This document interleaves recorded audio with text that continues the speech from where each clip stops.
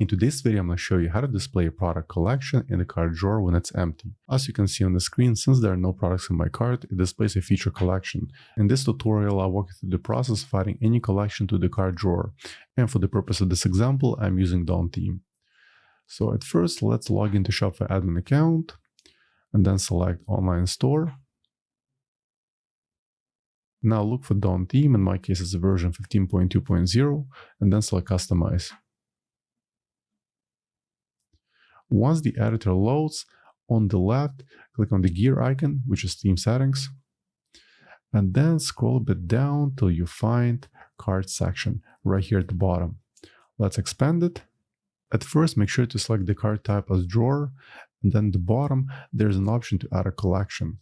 Let's click select collection. Now right in here, you can either create a brand new collection or pick the one from the list. I'm going to select this one, feature, which I personally created. Now let's select it, and once again, click Save. Now allow a few minutes for the changes to update in the system, and then go back to your website and try refreshing it. Now let me click on Cart, and since there are no products in cart, you can see the feature collection.